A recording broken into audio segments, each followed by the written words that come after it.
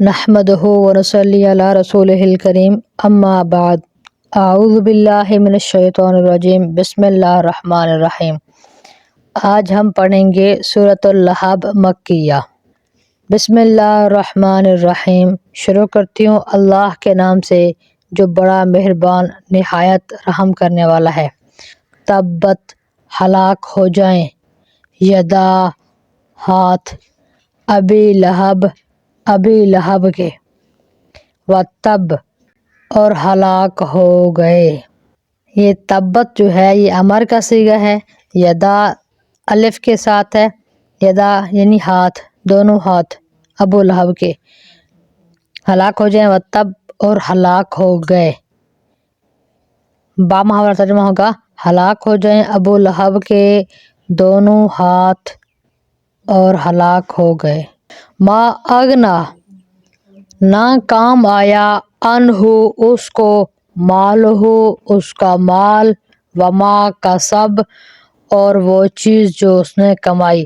ما اغنا نہیں کام آیا اس کو وہ چیز، مال اور وہ چیز جو اس نے کمائی۔ اغنا کا مطلب ہے غنی کر دینا، یعنی اس کا مال بھی اس کے کام نہ آیا اور اس کی کمائی بھی اس کے کام نہ آئی۔ سیصلی نارا ذات لہب، سا آ جائے تو مانا ہوتا ہے ان قریب۔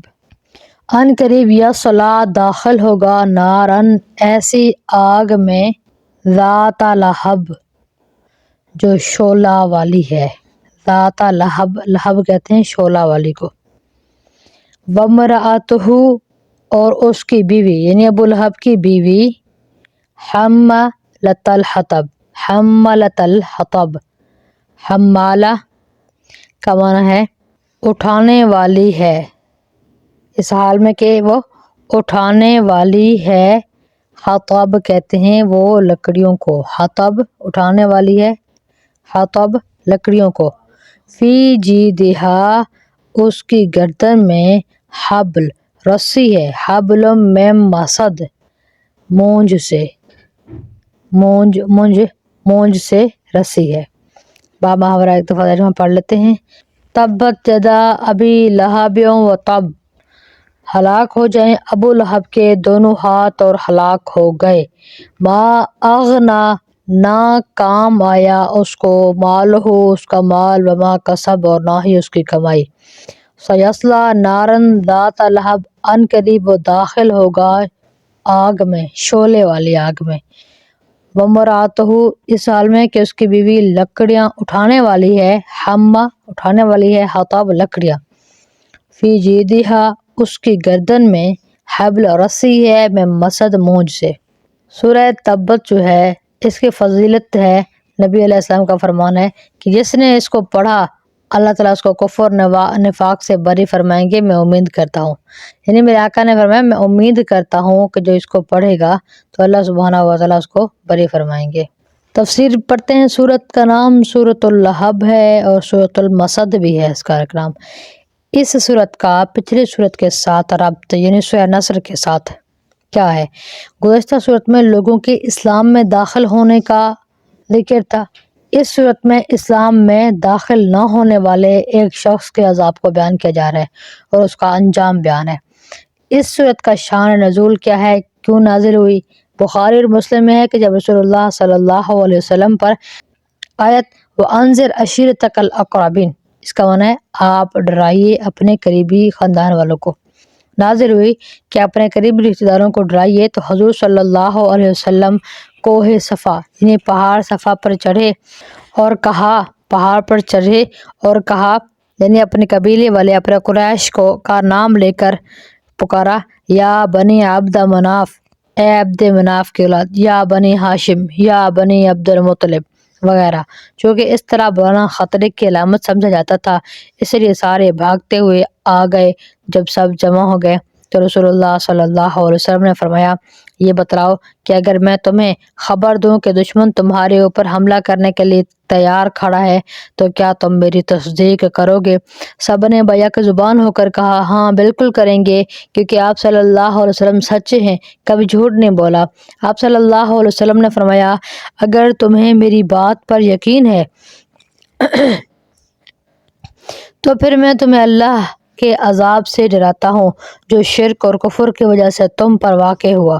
اگر نجات کا راستہ چاہتے ہو تو ایک خدا کے ہو جاؤ، شرک چھوڑ دو۔ اس پر قوم بگڑ گئی اور ابو لہب جو آپ صلی اللہ علیہ وسلم کا چچا تھا کہنے لگا تبا لکا یا محمد لہذا جمعتنا، نعوذ باللہ۔ پتھر اٹھا کر آپ صلی اللہ علیہ وسلم پر پھینکا اور گالیاں دی، اور تو پھر نبی کریم صلی اللہ علیہ وسلم کی مخالفت اور دشمنی پر کمر بستہ ہو گیا۔ نبی کا چچا ہے۔ جب نبی کریم صلی اللہ علیہ وسلم لوگوں کو تبلیغ کرنے کے لیے تشریف لے جاتے تو یہ آپ کے پیچھے پیچھے چلتا، آپ کو پتھر مارتا اور کہتا، لوگوں میرے بھتیجے کو جنون ہو گیا ہے، اس کی بات پہ اعتبار نہ کرنا۔ تو اللہ رب العزت نے اس کی مذمت کے لیے، یعنی چچا کی مذمت ابو لہب کے لیے سورۃ نازل فرمائی، تبت یدا ابی لہب و تب، ٹوٹ جائیں، ہلاک ہو جائیں ابو لہب کے ہاتھ۔ تبت تباب سے مشتق ہے جس کا معنی ہوتا ہے ہلاکت اور بربادی۔ یدا تثنیہ ہے، اصل یدانی تھا، اضافت کی وجہ سے نون گر گیا۔ کبھی ید کا لفظ ذکر کر کے اس انسان کی پوری ذات مراد ہوتی ہے، کیونکہ انسان کے تمام کاموں میں ہاتھ کو بڑا دخل ہے۔ یہاں بھی یدا سے ابو لہب کی ذات ہے۔ ابو لہب یہ کنیت ہے۔ لہب کا معنی ہوتا ہے آگ کا شعلہ، چونکہ ابو لہب بہت خوبصورت سرخ رنگ والا چمکدار انسان تھا، اس لیے یہ اس کی کنیت ہو گئی، ٹھیک ہے۔ اور اس کا اصل نام تھا عبد العزیٰ۔ عزیٰ ان کی ایک بت کا نام تھا۔ عبد العزیٰ جیسے ہم کہتے ہیں نا اپنے بچوں کا نام عبد اللہ، اللہ کا بندہ، تو یہ ایسے ہی رکھا کرتے تھے عبد العزیٰ، یعنی عزیٰ کا بندہ۔ اب یہاں سوال ہوتا ہے کہ اس کی کنیت کو بیان کیا گیا ہے، اس کا نام عبد العزیٰ قرآن میں ذکر کیوں نہیں کیا؟ نام ہی لے لیتے۔ جواب، کنیت زیادہ مشہور تھی، نام مشہور نہ تھا۔ جواب نمبر 2، شرکیہ نام تھا، کیونکہ عزیٰ بت کا نام تھا، اس لیے اللہ سبحانہ وتعالی نے اس کا نام ذکر کرنا پسند نہیں فرمایا۔ جواب نمبر 3، لہب آگ کے شعلے کو کہا جاتا ہے، اللہ تعالیٰ نے یہ ذکر فرما کر اس کے جہنمی ہونے کی طرف اشارہ فرمایا۔ تبت یدا والا جملہ بد دعائیہ ہے، بد دعا دے رہے ہیں۔ یہ بد دعا اللہ تعالیٰ نے مسلمانوں کا دل ٹھنڈا کرنے کے لیے دی ہے، کیونکہ ابو لہب نے جب حضور صلی اللہ علیہ وسلم کو بد دعا دی تھی، اس نے بھی یہی بد دعا دی تھی کہ تیرے لیے ہلاکت و بربادی ہو، اے محمد تو نے ہمیں اس لیے جمع کیا۔ تو مسلمانوں کی خواہش تھی کہ وہ بھی اس کے لیے بد دعا کریں، گویا اللہ نے ان کے دل کی بات خود فرما دی۔ وَتَب اللہ رب العزت فرماتے ہیں کہ وہ ہلاک ہو گیا۔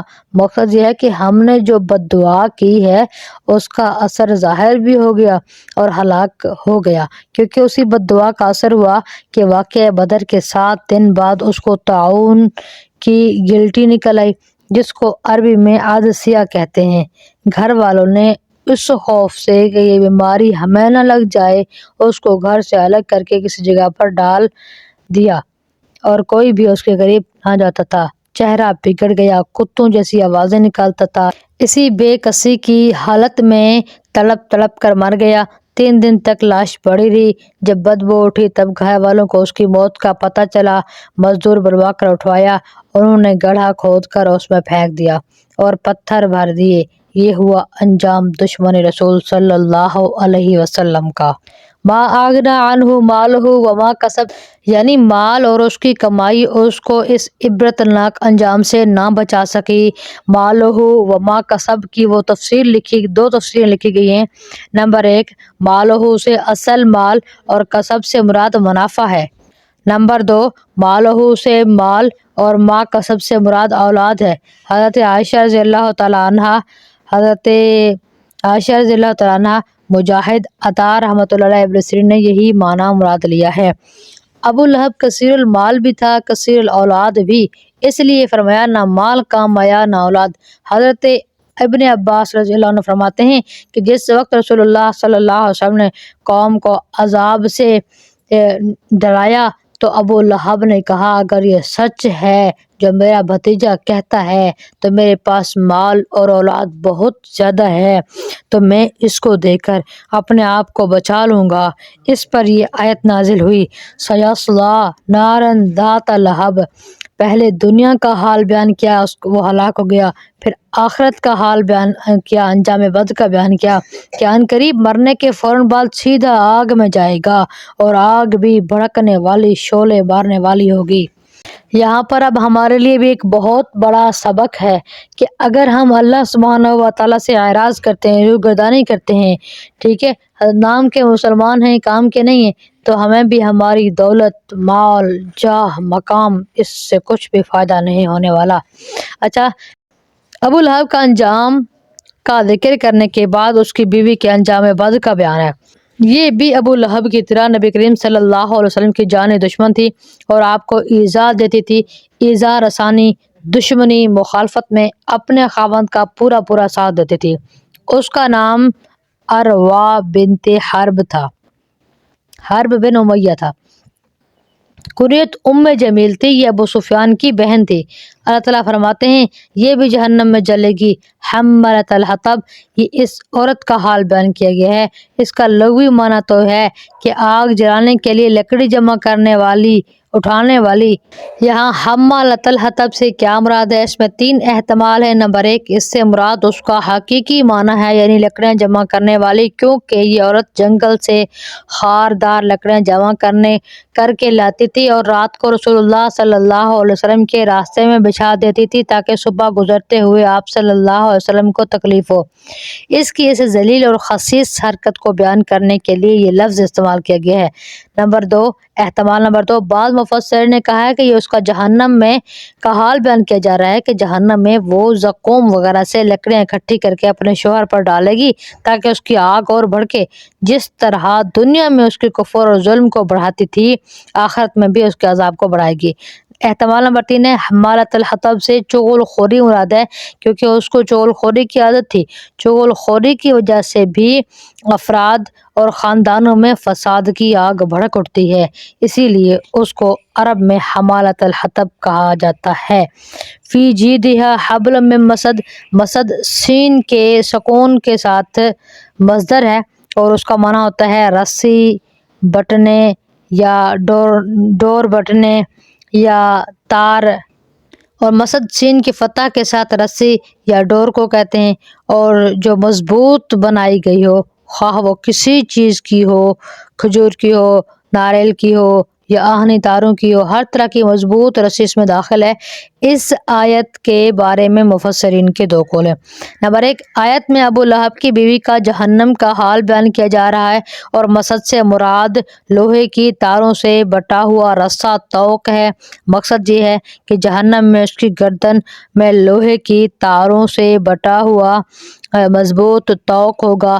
مجاہد فرماتے ہیں، میں مسد کی تفسیر کرتے ہیں کہ ای من حدید، یہی ابن عباس اور عروہ بن زبیر کا قول ہے۔ حدید کہتے ہیں لوہے کو، یعنی لوہے سے۔